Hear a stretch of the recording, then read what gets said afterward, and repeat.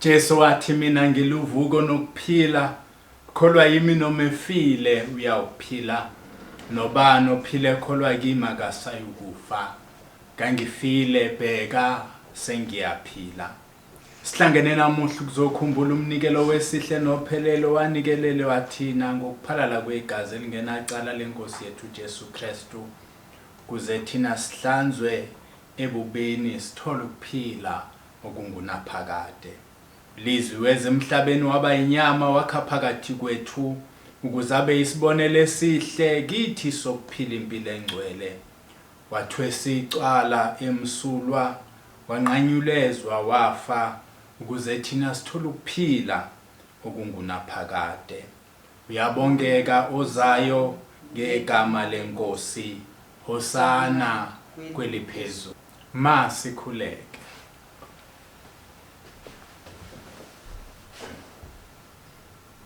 Nkulunkulu mnini mandla onke, wena wawukhona ekuqaleni usekhona namanje futhi uyakuba khona kuze kube phakade. Siyanxusa ubukhona bakho kule nkonzo. Sisazobungaza ukunikelwa kwendodana yakhe ezelwe yodwa uJesu Kristu ekufeni kwehlazo efa ngenxa yethu. Owathi ngokuthanda isintu wadela ubukhosi nombuso wasemazulwini, wathabatha isimo somuntu wehlele emhlabeni ukuzofela izono zethu. Siyakuthandaza namuhla kuba konke okuzokwenzeka kule nkonzo kusivuselele kabusha thina bandla lakho manje kuze kube ngunaphakade. Amen.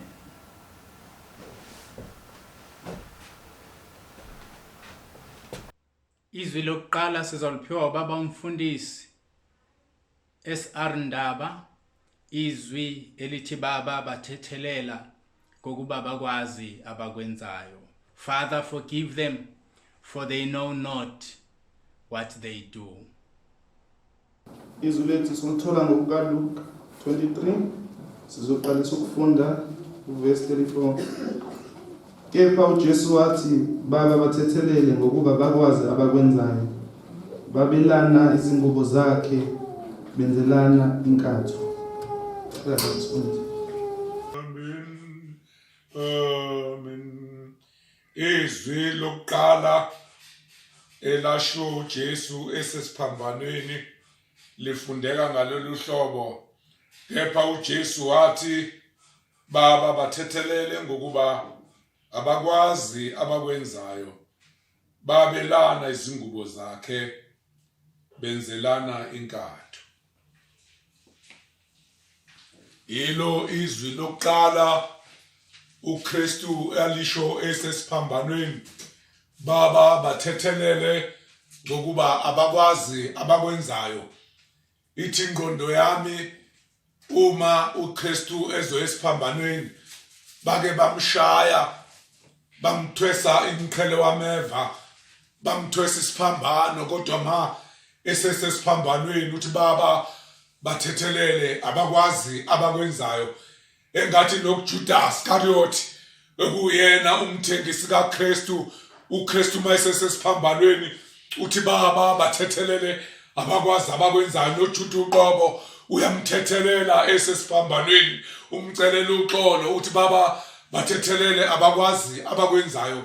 Ngayibuka inhliziyo yami, ngayibuka nengqondo yami ingakwazi ukuthethelela omunye umuntu, ngize ngicabange nabantu ababhubhisa abafowethu, kungavumi noma ngene emzini yabo kodwa uthi uKristu baba bathethelele engathi nami empilweni yami bengaba nako ukuthethelela ama-Exodus amahle ku-2020 engathi besingaba nako ukuthethelelana sikwazi ukuthethelela ukuze umsebenzi kaBaNkulunkulu uqhubeke uye phambili ngoba uNkulunkulu usenzela umusa. Ithi incwadi ngelinye ilanga ngiyifundayo yamaHubo 1:18 ku-verse 29 ithi bongani uJehova ngoba muhle ngoba umusa wakhe umuphakade ngoba esidalethele uKristu nguJesu ukuba azosifundisa ngentethelelo ukuze singabhubhi thina kodwa sizuze ukuphila ongunaphakade. Baba bathethelele abakwazi abakwenzayo. Uma ngicabanga ngelinye ilanga ngibheka uSamsoni, uma uSamsoni esebemkhipha amehlo amaFilisti esemkopolota amehlo uyacela kubaba uNkulunkulu uthi kodwa Nkosi ungisize ungibuyisele lawo mandla owawunginikeze wona. Ayabuya amandla kaSamsoni uyabanxusa abantu ababehlekisa ngaye uthi ke ningithathe ningibeke eduze kwensika ngincike kuzona. Mayincika kuzona uyayithwala insika ngoba uyanxusa kuJehova ukuthi Nkosi ngicela ukufa nazo izitha zami kodwa uKristu akakwenzanga lokho. Uthi baba bathethelele ngokuba bakwazi abakwenzayo. Uma efukula insika ziyamvumela bayambozeka amaFilisti onke ayabhubha kodwa yena ubhubhe ekugcineni ngoba enxusile ukuba afe netha zakho kodwa uKristu konke lokho akakwenzanga. Abambhubhisa amaJuda ayembhubhisa ucela uxolo. Baba bathethelele ngoba bakwazi abakwenza ama-Exodus engathi kunyaka ka-2020 besingafunda ukuthethelela esikhathini esinzima singakwazanga nokuhlangana njengamaphasi konke kuwunyaka wokuqala ukuba sikwazi ukukhuluma ngalamazwi sisemzini yethu. Baba bathethelele abakwazi abakwenzayo. Engathi namhlanje ku-2020 bengingaqalela impilo ngiqale ukwenza kade ayeshiwo lamazwi okuthethelela banawo nabantu akade babewasho sebesezweni lakamoya. Empilweni yami ngiyaqala ukukhuluma ngaleli lizwi. Baba bathethelele abakwazi abakwenzayo. Engathi noma sithandaza umthandazo esiwuthandazayo umthandazo omkhulu uKristu asifundisa wona uyasifundisa uthi sibathethelele abasonayo kodwa thina asikwazi ukuthethelela. Engathi namhlanje besingafunda ukuthethela nokuthethelelana kuzo zonke izinto zethu ngoba uKristu usithandile wasinikeza isimo sentethelelo.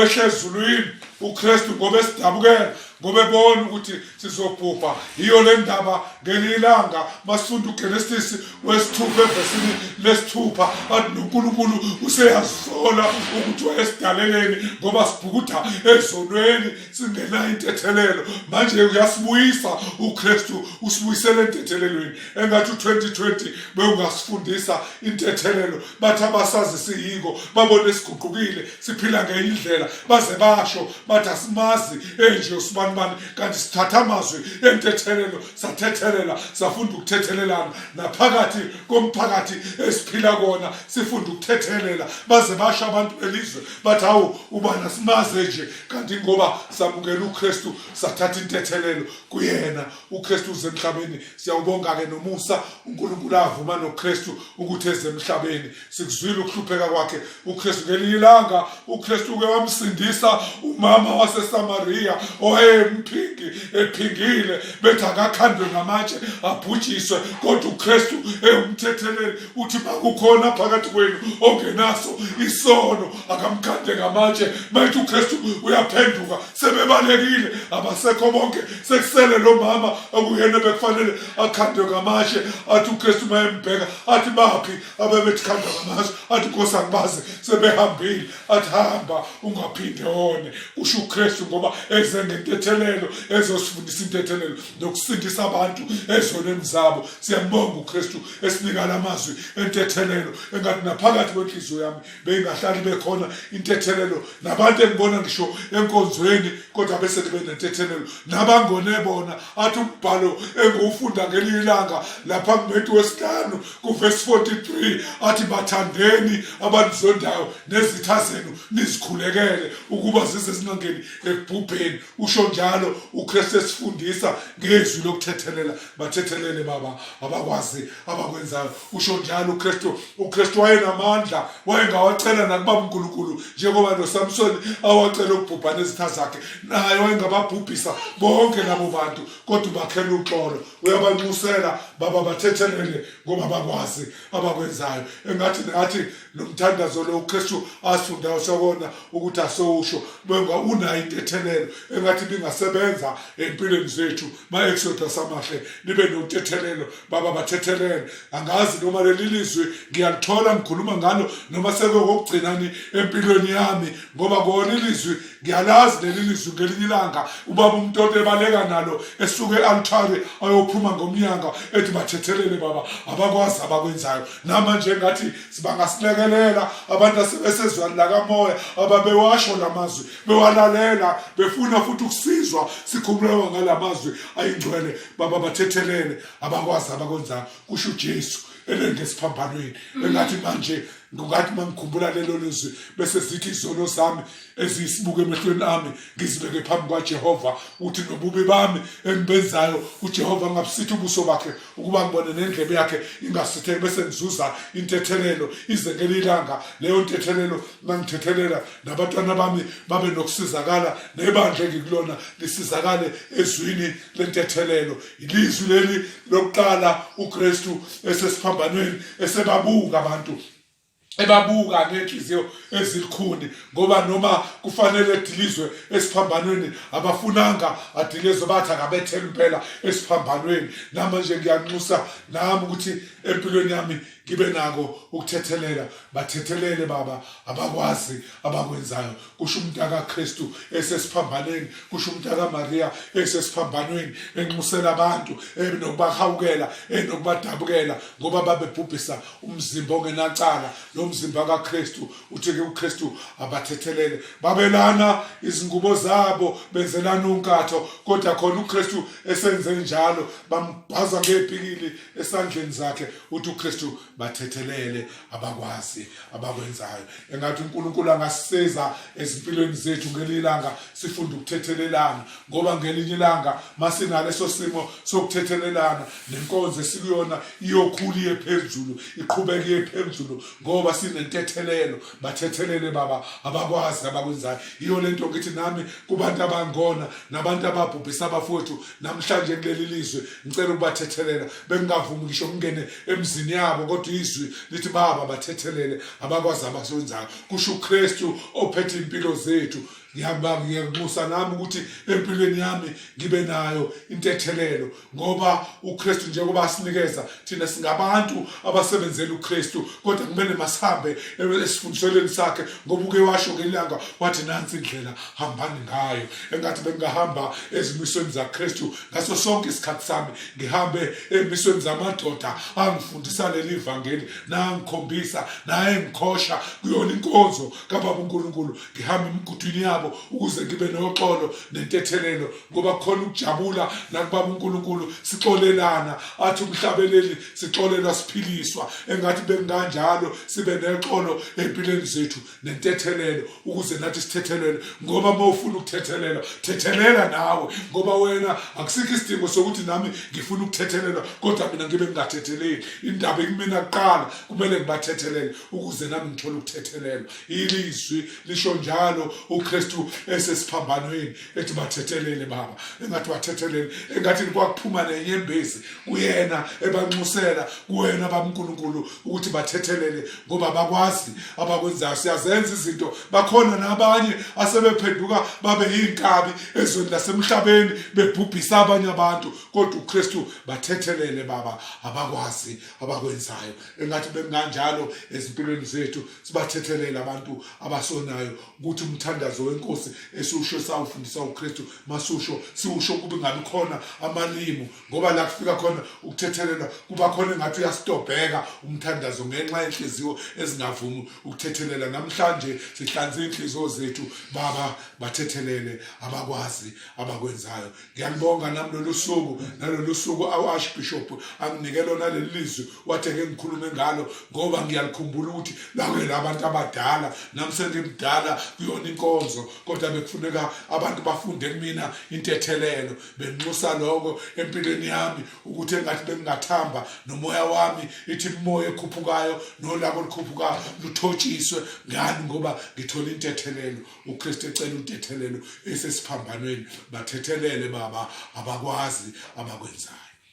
Ngiyabonga ukuthola lamazwi ukukhuluma ngalelizwi lokuqala esengikhulume ngalo ngithi uNkulunkulu abungabusise ukuhunyusha kwezi lakhe manje kuze kube phakade. Amen. Izwi lesibili sawuliphiwa baba umfundisi uSM Sibetha. Izwi elithi ngiqinisile ngiqinisile ngithi kuwe namuhla ngizawuba nawe eparadise. Verily I say unto thee, today you shall be with me in paradise. Izwi lethu lesibili sothola ngokukaLuke 23 lapha kuverse 43. Wathi kuso ngiqinisile ngithi kuwe namuhla uzakuba nami eparadise. Baba Archbishop, Mama Archbishop, abamengameli ngiyambingelela egameni lenkosi uJesu Kristu, ngibingelele bonke abazalwane South Africa yonke. Ngibingelele ngisho abaphathi bombuso, ngibingelele isilo samabandla, ngibingelele wonke umuntu osezweni nasemhlabeni. Izwi engitholile engiphiwe lona lilaphaya kuLuka 23 iverse ka-43. Wathi kuso ngiqinisile ngithi kuwe namhlanje uzakuba nami eparadise. Uma ngibheka le ncwadi ngiqale emumva lapha la isuka khona uJesu esesiphambanweni, kwakukhona abantu ababehamba naye uJesu Kristu. Bathe kusendleleni kwakuyizixuku kuhlangene bonke bemhamba bemusa onqamlezweni, babamba uSimoni waseKurente evela endle, bamthatha bamthwalisa isithombe sakhe uJesu Kristu. Uthe masehamba naso kwakhona abalandela ngemumva, lichizwe kwakhona nabesifazane abebekade behamba bemlilela. Uthe uma ebabona wathi ningakhaleli mina kodwa sikhaleleni nina. Kwakukhona nabanye abebekade bebabili behamba kusona leso sixuku uJesu Kristu ekade ephambili, kuthiwa kwakuyizelelesi ezazimbili ziyobethelwa kanye naye. Lithi-ke izwi bathe masebefika endaweni lapho eyobethelwa khona ekuthiwa isendaweni yekhanda, uJesu Kristu wabe ebanjwa, ephanyekwa, ebethelwa.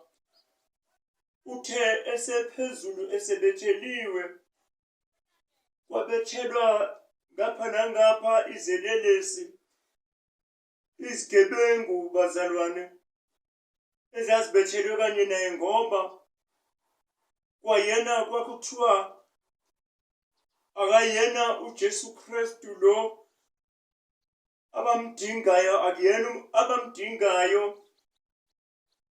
Bona babemthatha njengomoni ezweni nasemhlabeni, ngoba umhlehlele emumva kade ephilisa abantu, wayekade impumputhe eziphilisa zibone, ababekade benochoko babekwazi ukuthi besinde. Ithi mayihamba-ke isiyenzansi laphaya kwakukhona esinye isixuku esasikhona.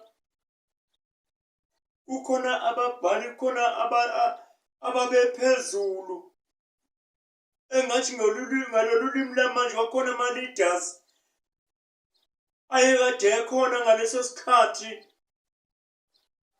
uJesu esephezulu ephanyekiwe esiphambanweni.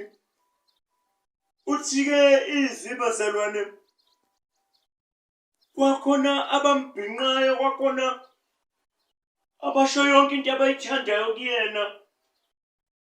Ngathi mangilibheka leli zwi ngalibhekisa kuthina esezweni nasemhlabeni, thina esihamba phakathi kwesixuku, ongenzeka ukuthi ngisesixukwini esinzima, sesixukwini esirongi. Uthe uma behamba na uJesu esephezulu esiphambanweni esebethelwe, sithi lesesinye iselelesi, kungani ungazikhulula wena ngoba uyindodana kaNkulunkulu? Bathe uma bembhinqa simbhinqa, bathi wena ngoba kuthiwa uyindodana kaNkulunkulu awuzisindisi ngani? Uthi lesesinye iselelesi esasikhona, ngoba kwakhona izelelesi ezazimbili, sithi Nkosi Jesu Kristu uzungikhumbule masufika embusweni wakho. Ongenzeka ukuthi bazalwane, lawo mazwi okukhumbula sisesezweni nasemhlabeni, khona bangakucabangi ukukhumbula umuntu ethi noma ephumile emzini wakubo, noma ephumile ekhaya, ethi kuphume nobovu, bengakwazi ukukhuluma amazwi asho uJesu Kristu. Yena wathi namuhla ngizobe nginawe eparadise. Lithi izwi namuhla ngizobe nginawe eparadise. Sengiyayibona indawo eparadise, kuthi indawo engcwele, lapho uJesu ethi masefeze zonke izinto ayekade ethunywe uNkulunkulu, bese yakhona kuyindawo enhle engcwele, kuyindawo ebusisekile. Kuthele emumva ngenkathi uJesu ehleli nabafundi bakhe, wakhuluma izwi lithi, Baba masidlulele sitsha phambi kwami. Ngoba kuthile bazalwane, khona izitsha ezingafuni ukudlula, khona izitsha zenkani, izitsha zomona, khona izitsha zenzondo. Inzondo wayibamba kudala, ngoba enhliziyweni zethu khona amagubu esinawo. Kodwa uthi uJesu Kristu namuhla ngizoba nawe eparadise. Uzoba nami kanjani bazalwane? Ngibe ngisesey'ntweni zasezweni nasemhlabeni, ngibe ngine-defreezer yokuthi wangona ngosuku oluthile, wangona ngonyaka othile, kodwa ngikwazi ukuthethelela. Ngiyahluleka ukuthethelela. uJesu Kristu uthe meyibona le ndoda uthi sinokuzisola, ngoba mangibheka nje bathi behamba belandela uJesu Kristu besesixukwini, zona lezelelesi. uJesu Kristu ngathi weseyibona inhliziyo yakhe yalesesodwa iselelesi, ukuthi sekhona ukuzisola kusona. Sithi Jesu Kristu uzungikhumbule embusweni wakho. Sithi Jesu Kristu uzungikhumbule embusweni wakho. Uthi namuhla ngizoba nawe eparadise. Engathi ngiyabona bazalwane, ingathi ngaze ngivume ingoma ngithi bathe bewela umfula iJordani, bazisho izono zabo. thina sezishonini izono phambi kaJesu Kristu. Uthi ngelinye ilanga umhlabeleli, ngiyakuthanda Jesu wami. Ishona Jesu Kristu ngowami. Kodwa ngithi mangiphuma kade ngivuma lo mhlabeleli, sengikhohliwe ukuthi ngumfanekiso wakhe. uNkulunkulu waphefumulela umoya wakhe kumina. Sengihluleka ukuthi Jesu Kristu uzongikhumbule embusweni wakho, ngoba siyafuna bazalwane ukukhumbulo uma sesidlulile phambi kwalesimo lempilo esiphila kuyona. Kodwa ngathi uJesu Kristu ngasikhumbula sisaphila, sisekuyona le ndawo, sibambelele ngokweqiniso. Ngoba bathina befundisi sibe siba bedukisi, singahambi ngendlela okuyiyona yona, singalandeli uJesu Kristu imisebenzi yakhe kade eyenza. Uhlupheke izinsuku ezingama40 esentabeni, ehluphekela mina ngoba efuna ukufeza injongo kaNkulunkulu. Uthe memehlisa uJesu uNkulunkulu, emehlisa izulu nathi yofela izoni, uyofela mina nawe, thina esiphile zona semhlabeni. Kwehlupha thina bantu esiyasithi siyabaholi, singazibali, sibala abantu abasuke behleli phansi, sithi andisoze nathetheleka, sithi andisoze anikhumbula uJesu Kristu. Kodwa thina siyahluleka ukwenza umsebenzi ekufanele siyenze kaJesu Kristu. Ngoba uNkulunkulu ngelinye ilanga ngithi mina mase kufika isikhathi bese kuhlehlelwe emuva kubhekwa ukuthi kuphi okwenzile. Hayi ngaloko bazalwane ukuthi ngiyanithusa, kodwa ngizama ukumqwashisa. Ngiqoshisa kwamina uqobo ngoba angifuni ukusole nginikhomba ngeminwe, kanti khona umuntu osole ukhombe mina ukuthi wena uyahluleka ukuthi Jesu uzongikhumbula embusweni wakho, ukuze uJesu Kristu ethi namuhla ngizokuba nawe. Ngoba mangibheka isixuku esasikhona, kwakukhona ababenongabaza. Khumbula ngezikhathi ezidlule, esikhathini zodlame, ukuthi wethu umuntu masekhonjiwe kuthiwa kabanjwe into ethile elandelwe iqulu labantu. Kube khona abamshanga manje, kube khona abamshanga amabhodlela, kube khona abamshanga enduku, kube khona abaphethwe celemba. Bethi thina sifuna ukuyoqeda ngaye. Bese kuthi ngesinye isikhathi kube khona oyedwa kubona abaqeda ngawe.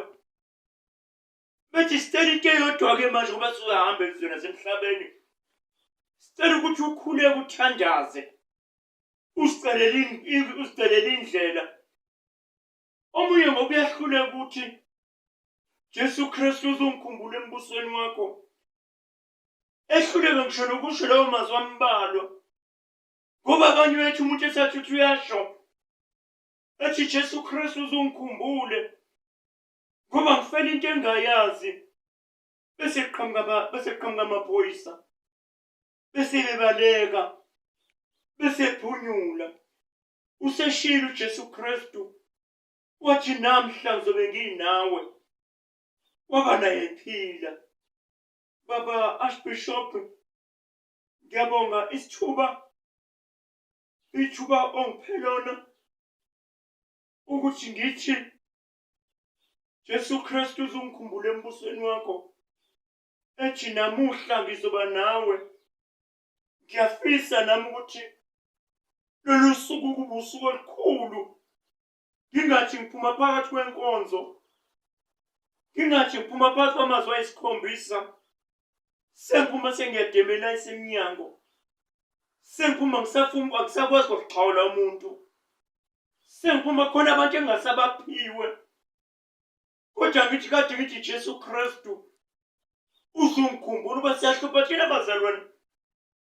Uma sikuzona lezi inkonzo uthemile umuntu eshumayela noma ethi umuntu uyadumisa kuthiwa kodwa ube yini kodwa phambi kaNkulunkulu nephambi kaJesu Kristu ozofela izono zethu namhlanje siwutho phambi kwakhe. Ingathi ngaqala kuthina abaholi esiphambili ukuze ukuthi asibashumayezayo esibanikeza izwi bebambelele kuthina bebona ukuthi sikhuluma ngento enjani. Ungathi uphuma uyikholwa uphuma ungumholi ukuthi ubani okade ngamgcina enkonzweni uphumaphi bese ehlalaphi. Wena mshumayeze khuluma naye umncenge engathi umuntu mehlulekile ukhipha imfanelo zesonto thina asakwazi ukuthi sikhulume naye ukuze kuthi ekugcineni ngenkathi uJesu Kristu esesiphambanweni ngithi mangithi Jesu Kristu uzungikhumbule ethi ngosuku oluthile wabusisa umuntu wami, wabusisa isidalwa sami, wasibusisa ngamazwi amnandi. Namhlanje ngizoba nawe eparadise. Ngibonga amazwi izwi esengithenga lithola ingathi uNkulunkulu angabusisa ukhunyushwa kwezwi lakhe. Akusibo bonke abathi inkosi inkosi ababona umbuso wezulu manje naphakade. Amen. Izwi lesithathu saliphiwa ubaba umfundisi SV Zondi, izwi elithi mame bheka indodana yakho. Woman, behold thy son. Izwi lesithathu salifumana uncwadi kaYohane, so uncwadi kaYohane isihloko 19 siqala kuvesi 26 siphele kuvesi 27. uYesu ngoko akumbona unina naye umfundi abemthanda emi khona uthi kuye unina mfazi, nanko unyana wakho. Andule athi kumfundi lowo, nanko unyoko. Wathi kwakwelo lixa umfundi lowo wamthabatha wamsa kwikhaya lakhe. Baba, President and the Archbishop of the EFMSA, umama uArch, ubaba uBishop, umama uB, ubaba befundisi bonke, omama befundisi bonke, abavangeli, amadikoni mekhona, abashumayeli, abomama bonke nezintombi nezinsizwa nabantwana abancane, ngiyanibingelela nonke egameni lenkosi yethu Jesu Kristu waseNazaretha. Amen. Ngiyathuthumela ngoba ngifuna ukungayijwayeli le ndawo engimi kuyo. Amen. Ngoba akusiyona indawo elula. Yebo. Futhi nendawo ongayithatha noma kanjani nje. Ngoba indawo la kufanele ume khona urepresent uThixo. Amen. Mame bheka nansi indodana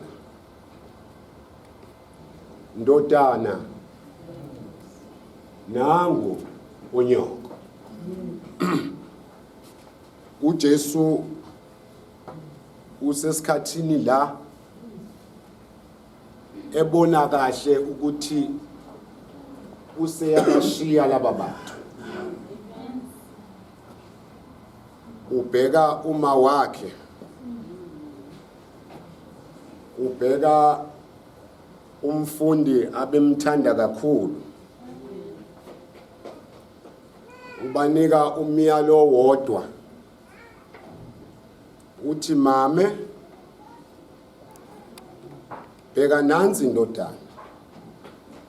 Usebheka ke umfundi uthi indodana nangu unyoko.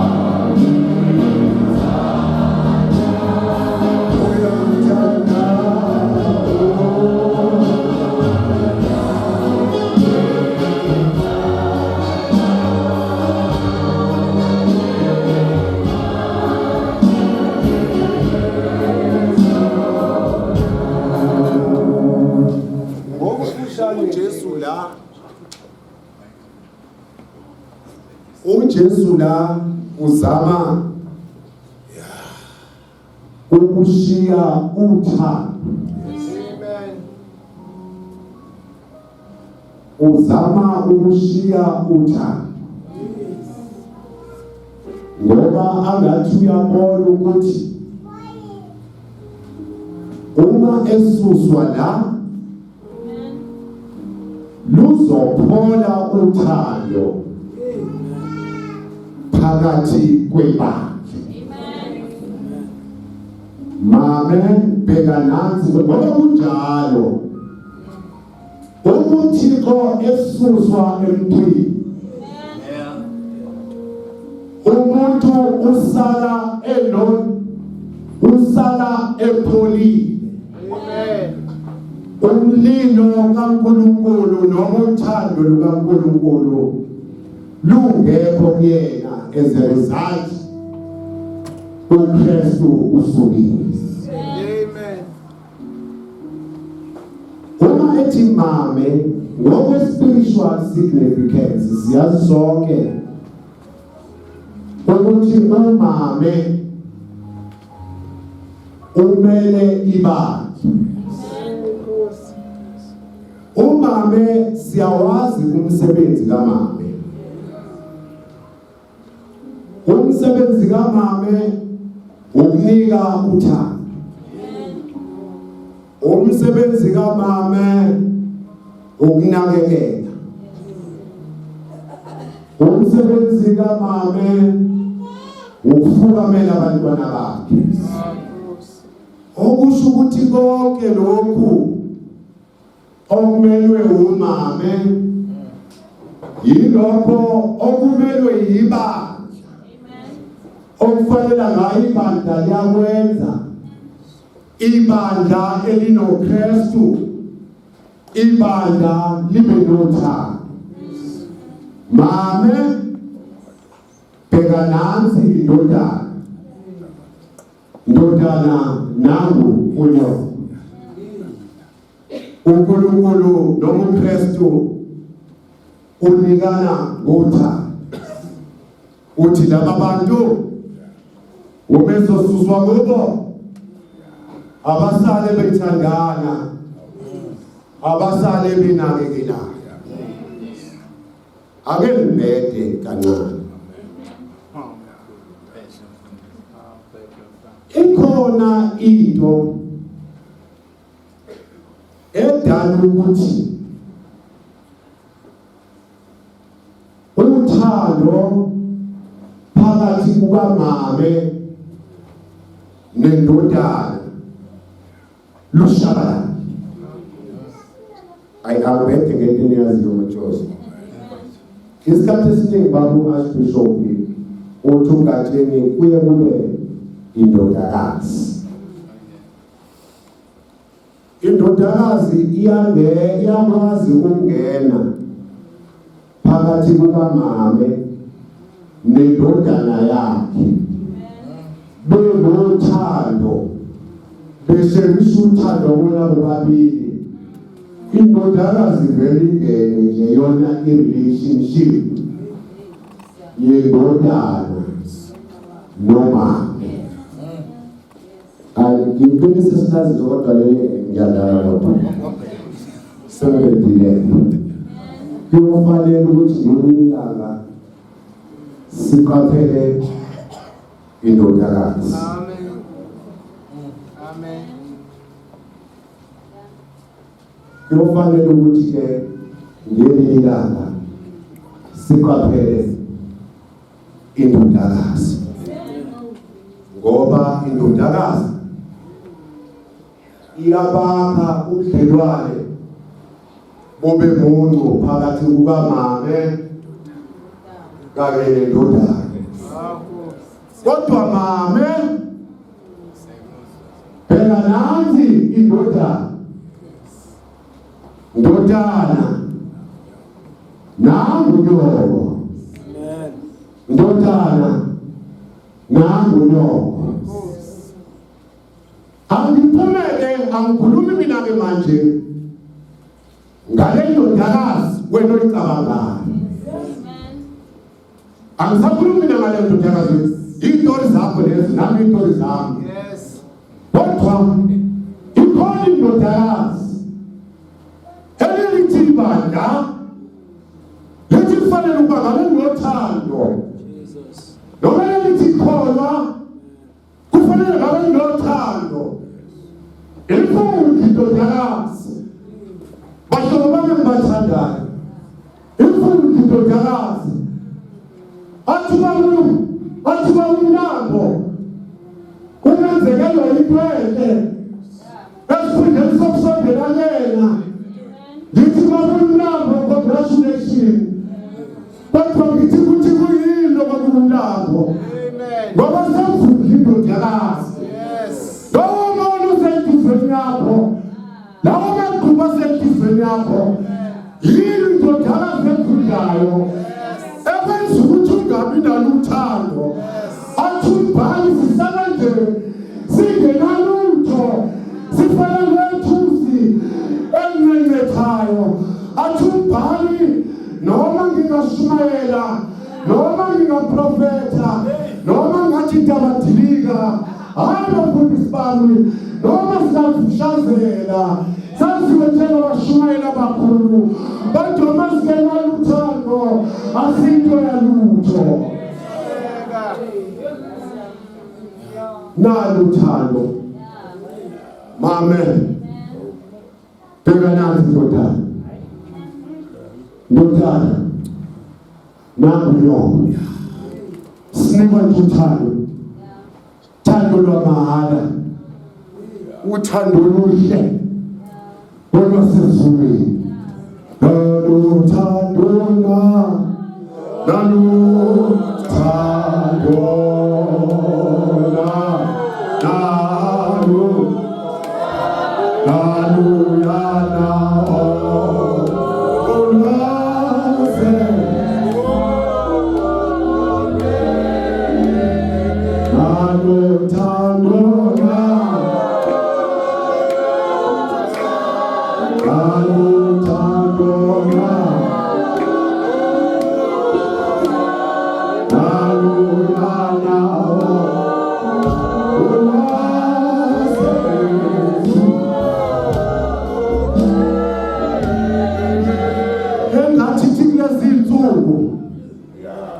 siyabizwa namhlanje, kade sabizwa asibizele uthandweni likaNkulunkulu ukuthi masibe nothando ngaphakathi kwethu ngoba ngiqinisile mhlobo wami ukuhamba nje ungenalo uthando likaNkulunkulu uhamba empty kodwa kudingeka abantu abazohamba benwamukela uthando lukaKristu Jesu belunza uthando lukaKristu Jesu baze bathi nabo babe namandla okushela uthando nakomunye nakomunye umzalwane ngoba into esithathayo bakithi ukuthi sihamba kakhulu futhi sishumela kakhulu futhi sithandaza kakhulu kodwa inkathazo yethu asinalo uthando wangathi namhlanje kule nkonzo yanamhlanje uNkulunkulu bengasiphi uthando alikushele ndodakazi eyinzondo uNkulunkulu asiphi uthando sikwazi ukwamelana omunye nomunye ngoba umthandi njengoba umfundisi yena yokuthi ushokela uthando lukaKristu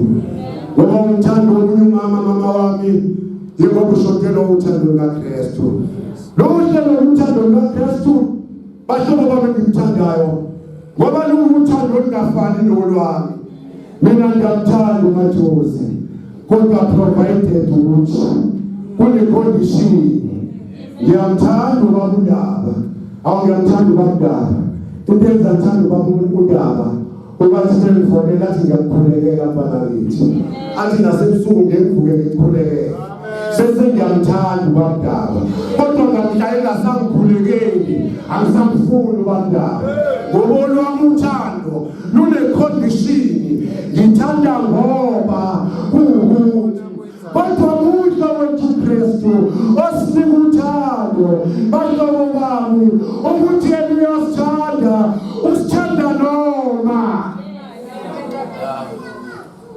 yes umambe kodwa uma ngabe ugqilazwa inzondo uma ngiwekodwa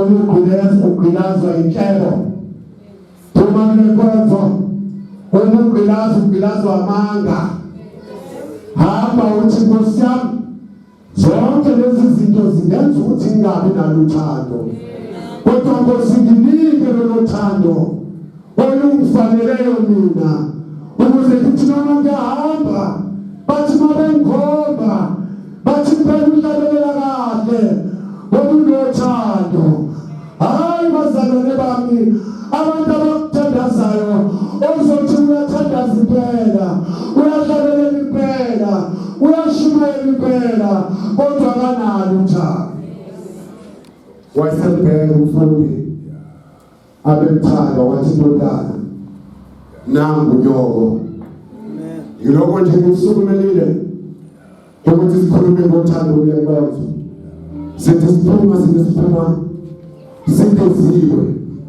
singeziwe ngothando noma sithelwe ngothando khona sizokwazi ukuthi ngelilanga noma ngabe sisezifeni sikaNkulunkulu sizasimnene ngoba siyeza esifeni sikaNkulunkulu kanti sinamagqubu sikhohlelele uthando lukaKristu alukho kithi siyakwazi futhi ukubambana sihambane uzucabanga ukuthi bayazwana laba bazalwane kodwa athi uzalwane masebhekene uqala umkhombe ngeminwe ngoba ushoda ngothando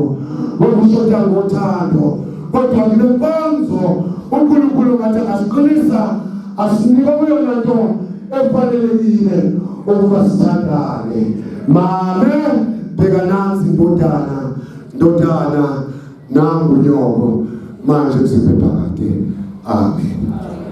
Izwi lesine sizoliphiwa ubaba umfundisi BP Mlambo.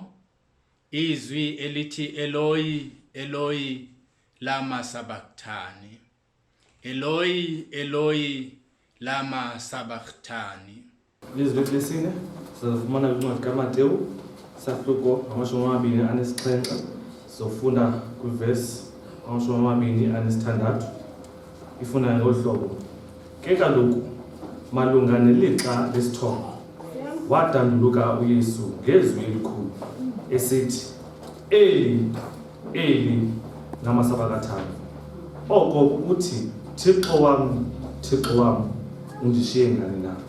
Emazwini awu7 esingawo namuhla ngisezwini lesine elitholala lapha kumvangeli uMateyu 27 verse 46. Kufundeka khona kanje, kepha ngehora lesishiyagalolunye uJesu wamemeza ngezwi elikhulu wathi, Eli, Eli, lama sabakthani. Okungukuthi, Nkulunkulu wami, Nkulunkulu wami, ungishiyelani la? Isikhathi la uJesu ayizwela ubuhlungu obuyisimangaliso emzimbeni wakhe lokuqala phansi. Indaba enkulu manje uyezwa ukuba umzimba usuyehlukana nomoya. Umzimba ke ngokwenkolelo zebandla lethu usho indodana. Uyamemeza uJesu manje, umemeza uyise, Nkulunkulu wami, Nkulunkulu wami, ungishiyelani na? Ngoba wayesezwe emzimbeni wakhe uba cha, kuya ngokubanzima nendlela yakhe isiyapheleliswa. Ngoba phela ekufikeni kwakhe uJesu, ufuna masikhumbule bazalwane, ekufikeni kwakhe uJesu kwakade vele kuplanile noyiso ngoNkulunkulu ukuba kuyakwenzeka lokhu.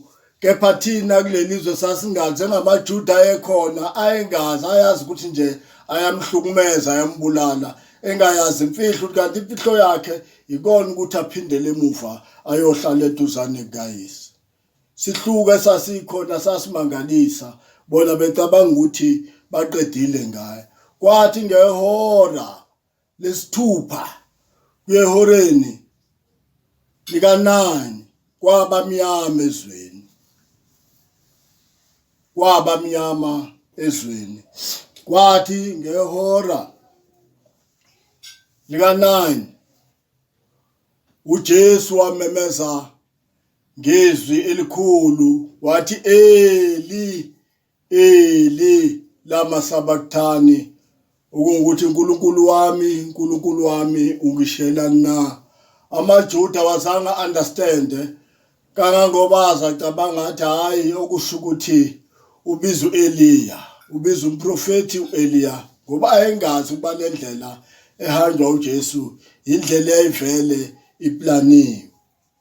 Athi ubiza umprofeti uEli. Ngehora lika9 yadabuka indwangu, isihenqo sethempeli sadabuka kusuka phansi, kusuka phezulu kuya phansi. Sadabuka kwavuleka lapho, thema kuvuleka kwathi ababesebenzile emathuneni basebenza kahle, besebenzele enkosini, baqhubekele enkosini. Kwathi ababengasebenzanga kahle baya lapho laba besebenzela khona. Nowesifazane avela amahlazo akhe, kwavela ukuthi ubenzani. Wonke amahlazo ngalesikhathi ayivelele ngaphandle, kwangasekho ufihliwe. uJesu wasiza ngendlela eyisimangaliso mayidabuka. Uma edabula kudabuka lendwangu, kwavela wonke amahlazo ahlale efihlekile, umbona umuntu bayihamba ezihambela nje emgwaqweni, kodwa hayi uyena lo muntu, kanti usho uSathane uqobo lwakhe. So uJesu kulesikhathi uveza yonke into yomuntu nomuntu, ukuthi lo muntu unje, nalo muntu unje, nalo muntu unje. Akukho ofihlakele ongeya kuvela. Khumbula phela ukuthi ngaphambi kwa uJesu abethelwe esiphambanweni, ngaphambi kokuba kwenzeke konke lokhu, uJesu amaJuda ayethi abangasokiwe abadluli la, kwakunemngcele, abangasokiwe abadluli la, abadlula la, abanje nabanje. Manje uJesu uvule wonke amasango, uvule wonke amasango, ba wonke umuntu akuyena umfundisi kuphela nomprofeti kuphela okufanele makahambe nenda wonke umuntu uzokwazi ukuthi aye egumbini lakhe akhulume direct noNkulunkulu. Naku lapho sasizakala khona owahlatshwa eGolgotha. Hallelujah, hallelujah, hallelujah, amen. Ubunzima uJesu ayebona, kodwa ngalesikhathi edabula indwangu uvela wonke amahlazo, uzivulela wonke amasango okuba nathi sikwazi ukukhuleka siyabonga noma kunzima kunjalo, kepha siyayibonga imisebenzi kaNkulunkulu okwenze kuba kwenzeke lokhu, ngoba ngabe sihlala njalo siqilazekile ukuthi kule ndlela ungeni wena ngala, wena umfana ungeni la, wena umfana kufanele mawusiqobela inyama, wena ukakashadi wena fanele usiqobela inyama. Yonke leyo mngcele yaphela phambi kaNkulunkulu. Wonke umuntu uyefana. Asisebenzeni, sebenzele isikhathi esizayo, sebenzele izulu. Makubusiswe manje ushayela lelizwi kuzowe phakade. Amen. Izwi lesihlanu sizoliphiwa ubaba mfundisi uKay Nzuza. Izwi elithi ngomile, I thirst. Izwi lethu lesihlanu silithola ngokaJohane 19 verse 28 sifundeka ngokuthi emva kwalokhu uJesu ekwazi ukuthi konke sekuphelisiwe ukuba umbhalo ugcwaliseke wathi ngomini. Ngiyanibingelela bazalwane egameni lika Jesu Kristu waseNazaretha. Sibonga kakhulu ithuba uNkulunkulu asasiphe lona kulesi sikhathi samanje. Sisebuleyona lenkonzo bazalwane yamazwi ayisikhombisa. Sibonga kakhulu udumo namandla nenkazimulo kaNkulunkulu. Bazalwane ngibonge kakhulu engcikweni zenkosi esezithe zasikhonza eziphambi kwami egameni lika Jesu Kristu waseNazaretha. Sisekuyona lenkonzo yamazwi ayisikhombisa. Ngizothanda nje ukuthi sibheke lapha ezwini lenkosi uJesu Kristu alisho uma esemnqamlezweni esiphambanweni uJohn 19 bese ivesi kuzoba ngeka28. Ayibonge inkosi. Sizowela nje nalapha yana ku29 ukuthi siubheke kahle umbhalo wethu usucacise kahle eJesu. Sizofunda ke u19 ivesi u28. Emva kwalokho uJesu ekwazi ukuthi konke sekuphelelisiwe ukuba umbhalo ugcwaliseke wathi ngomile. Baba, izwi lakho liyaphila, izwi lakho linamandla, izwi lakho lihlaba lehlukanise umoya nomphefumulo.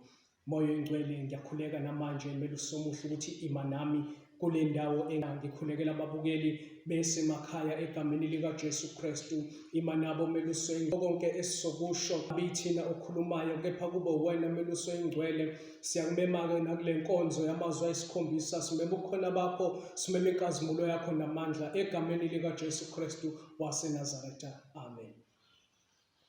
Bazalwane, sikuyona le nkonzo.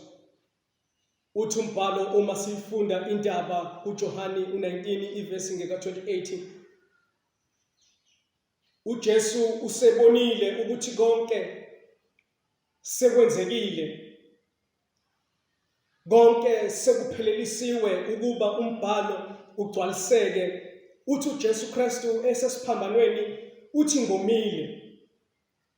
Uma ememeza kanjalo bayadideka ababephansi, ziyadideka izitha, ngoba izitha bazalwane zihamba ngokwenyama, azihambi ngokukamoya, azikwazi ukuyizwa indaba yemfihlakalo, azikwazi ukuzwa nokubona izinto zemfihlakalo ngoba zona zisebenzisa amehlo okwenyama. uJesu Kristu bazalwane uyabheka ukuthi ubaba usengishiyile.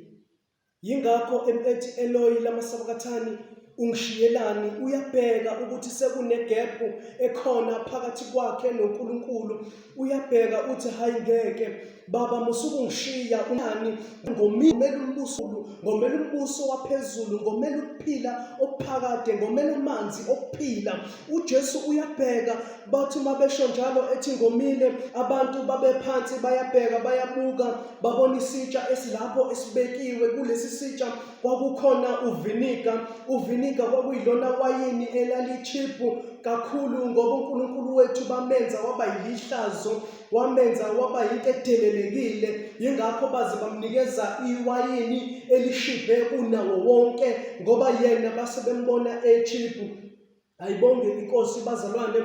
Lithi izwi lenkosi uma siqhubeka nalo, kwakukhona isitsha esasinoviniga, kukhona ilula ispontshi. Kuthi izwi lenkosi baqilisa ispontshi kuviniga, bawuchoma othini, bamphuzisa. Ayibonge inkosi, bona babengazi ukuthi njengoba uJesu Kristu ekhuluma kanjena yini ayomele. Mzalwane wami, uma sibheka indaba sihamba siya lapha kuJohn 4, owesifazane waseSamaria, uyahamba uye emthonjeni, uthi mayifika ngasemthonjeni ufica uJesu umile, uthi uJesu kowesifazane ngiphuzise. Uyaxakeka owesifazane ukuthi kanjani ngoba umJuda akadlelani nomSamaria. Uthi uJesu Kristu kowesifazane ukube ukuthi ngingubani, cela amanzi okuphakade azogobhoza impilo yakho yonke. Namanje bazalwane, kule nkonzo ngithi masingomeli okomhlaba, kodwa masomela amanzi okuphila okuphakade kukaNkulunkulu. Sibheka izwi lenkosi, sibuyela siyabheka kuMateyu 25 lapha kumavesi ko-32, uthi uJesu Kristu uma esahlulela, ngoba njengamanje sisekukhunjuzweni kwesikhumbuzo sikaJesu mhla efa, ukuthi yena uJesu Kristu uzofa bese yavuka osukwini lesithathu. Uma esevukile kuzoba khona ukushintsha. Njengamanje uJesu besimbona njengenkosi nomsindisi, kodwa ukubuya kwakhe kwi-second coming yakhe uJesu sobe sesimbona njengomahluleli. Uzothi mayesesahlulela uzobeka izimvu ngalana, abuzi ngalana, athi nina enilungileyo bengomile nangiphuzisa, bengilambile nangipha ukudla, bengiboshiwe nangivakashela emajele, kodwa nina enisesandleni sokukhohlo anikwazanga ukuthi ningomile nangiphuzisa amanzi, kodwa nikwazanga ukuthi ngilambile nangipha ukudla, bengeswele ngisestradeni, kodwa nina nangangibathisa. Namanje ngithi asomeleni umbuso kaNkulunkulu. Noma umhlaba usunjena, umhlaba unyakaza, isifo siphumile, kodwa thina masomele ukuphila okuphakade kukaNkulunkulu, ukuthi uJesu Kristu mayefa, mayisebuya kwi-second coming yakhe, sibe ngabahluthiweyo thina, sibe ngabazohamba noNkulunkulu, ngoba thina imisebenzi yethu iyona eyosandulela ngale. Sithi namanje bazalwane, egameni likaJesu Kristu, masingabanaka, singayinaki izitha zethu, masingamnaki uSathane, masingabutusi ubukhulu kaSathane, kodwa masibabaze amandla kaNkulunkulu ongakithi, masibabaze ubukhulu bakhe, ngoba yena mkhulu ngazo zonke izikhathi. Egameni likaJesu Kristu uNkulunkulu wethu siyabonga nangaleli thuba ususiphe lona. Sibonga ukukhonzwa ngezwi lakho, babusise Jehova olungileyo besalalele emakhaya besabukela. Siyabonga egameni likaJesu Kristu, nazi izinceku zakho zisazoqhubeka zisikhonze ngezwi lakho. Wena Nkosi yamakhosi uyaphila, egameni likaJesu Kristu, amen. Siyabonga.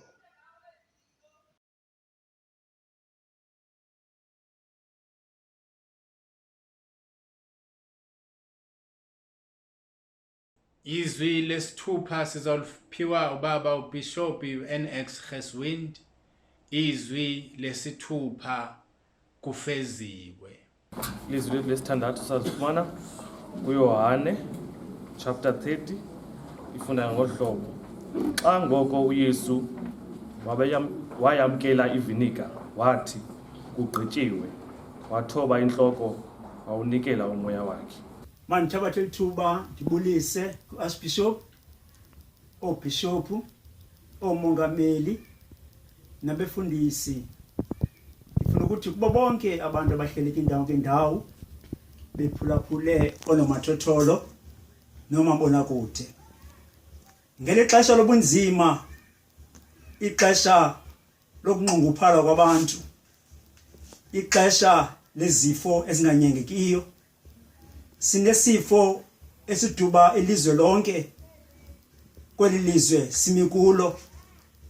Isifo eso esibangela ukuba singabanye ngabanye sihlale ezindlini zethu. Eso sifo ke esibizwa ukuthiwa iCoronora, bantwana bendlu yokuthandaza. Namhlanje ekseni nje ndithanda ukuba sibonisane ngelizwi, ilizwi likaYesu elithethe semnqamlezweni, ilizwi lesithandathu. Athi uYesu kweli lizwi lesithandathu athi kugqityiwe. Eli lizwi ke sifumana kule ncwadi kaJohane umvangeli, isahluko se-19, phaya kula verse ye-30 awananto. Kodwa ke lo myalezo lo uphaka part of verse 30, amazwi athi wathi kugqityiwe.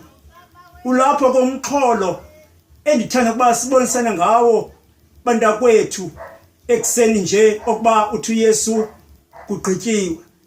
NguYesu bantakwethu usemnqamlezweni, uthetha ilizwi lakhe lesithandathu okuba kugqityiwe. Uthi uYesu ke xa ethetha ilizwi lesithandathu ebezazi ukuba bakhona abantakwabo nezihlobo zakhe abehleli nazo zimgadile emnqamlezweni.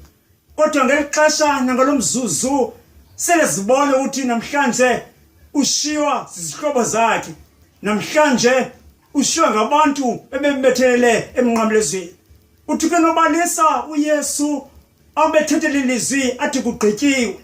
Uthi nobalisa ke zeza nevinika wazamkela uYesu, wasebenzisa ilizwi lakhe lesithandathu athi kugqityiwe, bantwana bendlu yokuthandaza. Ndiva kamnandi ke xa uYesu esithi esebenzisela ilizwi lesithandathu.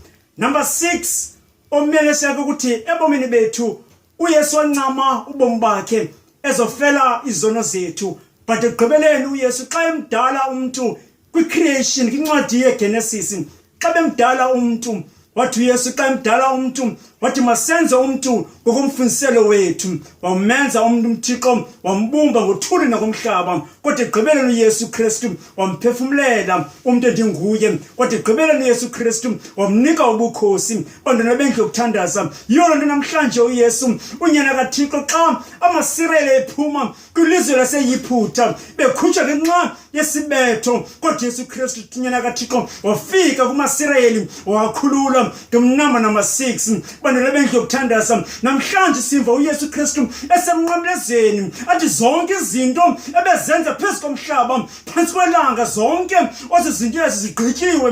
Bantwana bendlu yokuthandaza, masothomathela amazwi ahlele ngaphakathi kwethu, sazi nokuba kugqityiwe ngantoni na ebomini bethu. Athi umculi kwahlala phantsi, kwahlala ngempilo yam, kugqityiwe. Kugqityiwe bantakwethu.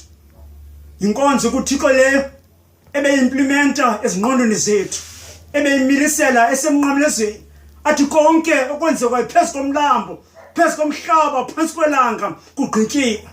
Ifuna ukuthi masothobathela amazwi ahlale ngaphakathi kwethu, angahlali nje ngaphakathi kwethu, enze ngaphakathi lethu lize lilunge. Sazi uThixo akho nto engayenzanga phezu kwethu, akho nto engayenzanga emntwini. Kodwa namhlanje uKristu unyana kaThixo uthi kugqityiwe. Banendlebe zokuvuma keve yange inkosi yokuqala ngasikela lifuna kulizwi lwayo nokushinyela kulizwi lwayo ukusikola ngokuthi bekunaphakade. Amen. Thank you Lord. Izwi lesikhombisa sizoliphiwa ubaba umfundisi FS Mase.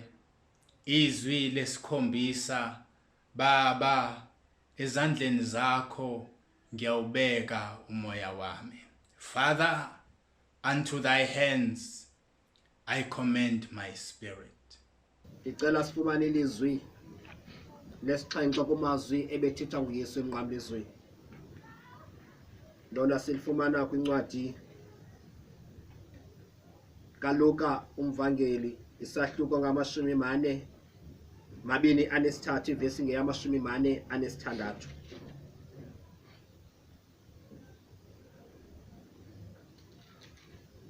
Lona lifundeka ngolu hlobo. watanduluka ngizwi elikhulu Yesu wathi bawo ngiyawunikela ezandleni zakho umoya wami.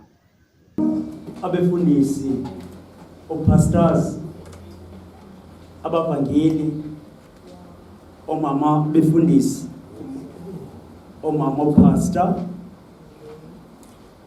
amadodana, ovuka ibambe, ispinsters, intombi zokuthandaza, ikwere yasekhaya, uxolelo mabenani.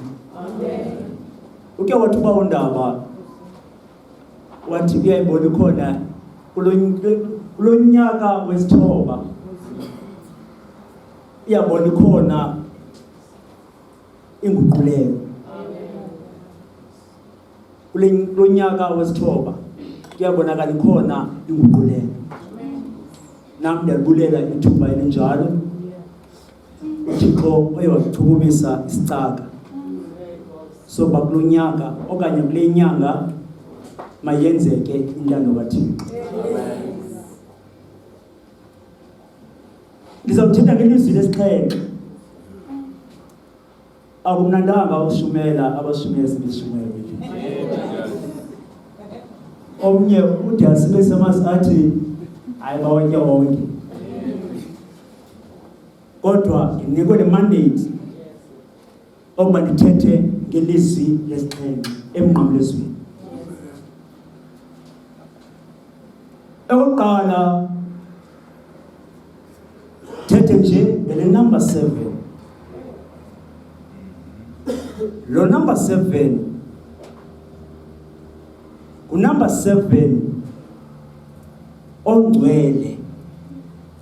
Uyesu uthethe onke amazwi from 1 up to 6 wathi egqibeleni nothetha ilizwi lokugqibela elesixhenxe. Lo number 7 uvela simbona stage of creation xa kudalwa umuntu kwasa wathi Thixo engumhlo wokuqala. Zahamba ezi verses zade zafika kwivesi yesithandathu. Wathi Thixo waphumla ngomhla wesixhenxe kuba umhla wesixhenxe uyisabatha kaYehova uThixo wakho. That is the stage of creation. No 7 siphinde sibone kwi-stage of regeneration. Kwi-regeneration ke maniqale nje ndingayibethi yonke. Uqala kwi-stage se-prenatal. Prenatal si-stage somntwana osesibelekweni sikanina. Andina mandiva na? Somebody shout amen. Amen. Stages. What's the adolescent stage? But the isiphelo sakhe siba kukufa. That is the stage of regeneration. Go sithetha nge-7 words ezithethwa nguYesu emnqamlezweni. Athamangesi 7 utterance. Lo 7 sithetha ngaye namhlanje ayethathiwe amadoda emathathu afakwa edikeni lomlilo. Yathi indoda eyalo ngolo xesha uNebukadnezari mawuphinda umlilo wasixhenxe. Thetha ngo-7. Wathi manje lo mlilo mawumultipliwe 7 times 7. Wathi bezofana amadoda amathathu yena nendoda niyibonayo uNahamani. Kuthiwa Hanamani ngena emlanjeni oluJordani ukuze inyama yakho ibuye kuwe. Hlamba izihlangu ezixhenxe. Thetha ngo-7. Thetha ngo-7. Hlamba Nahamani 7 times ukuze inyama yakho ibuye kuwe. Thetha 7. Thetha nje 7.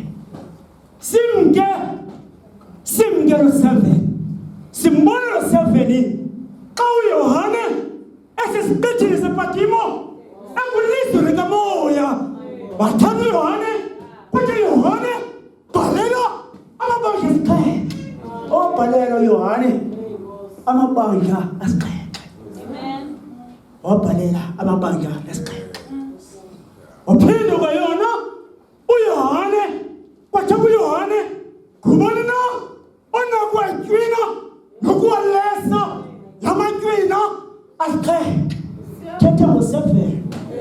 thetha ngo-7 bantwana bengekuthandaza uyesu uthi ilizwi lakhe elegqibela elesixhenxe unumber 7 elilizwikele bawo ndikunikela ezandleni zakho umoya wam bantwana bendlu yokuthandaza elilizwike alolizwi elilula kwabanye abantu lokunikela yona nkonzo yokugqibela inkonzo yosacrifice inkonzo yokunikela ewe athi ulusanda wakemcinga bayavuma bathi bayakwazi kodwa ngemisebenzi bayamkhanyela sithatha ngelip service sithi masinikeleni kanti ona lo asinikeli ngokuqhutywa kwenhliziyo zethu yiloo nkonzo ukuthi namhlanje ayimiliselayo konzo leyo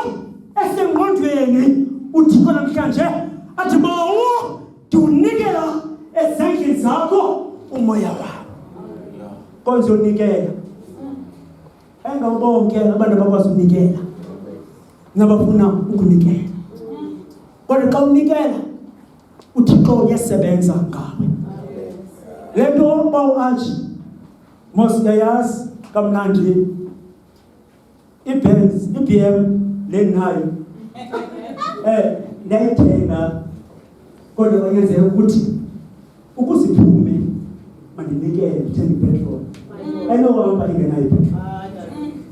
ayinohamba ingenayo ipetrol so ngalona ixesha funeka uKristu unyana kaThixo umkhonze nakumnikela inkonzo enjalo ke uThixo le ebeyizisa apha ebomini bethu athi masinikele ngokuqhutywa zinhliziyo zethu singanikeli ngesiqhelo yona uKristu ethi le nkonzo lena ndimilisela ezingqondweni zenu nibe inkonzo esezingqondweni bawo ndinikela ezandleni zakho umoya wakho ukunikela ke sozibele umntwana ungakhamba unikela nandiva mos somebody shout amen soze ube nomntana ungakhange unikele ufuna ukunikela andizongena deep down kodwa ndifuna ukuthi inkonzo yokunikela le uKristu ebeyisisa apha ebantwini as amasoldati nabantu bahamba noYesu bebengayazi le nto yokuba ungumntu ungumKristu kuyafuneka ukuba usacrifice wakhuthi uYesu wathi bawo ndiwunikela ezandleni zakho umoya wakho akutsho uYesu zenzeka izinto selijikile ilanga bantwana bengekuthandaza athi abangcwaba abantu babangcwabeni bavuka lathi khuselo lengcwaba lazawubi wenyikima umhlaba mina ngathi kuze enye into ebingaqhelekanga le nkonzo leyo esengqondweni inkonzo leyo yokunikela. May the grace of our Lord and Savior, the Son, and that of the Holy Spirit be with you all.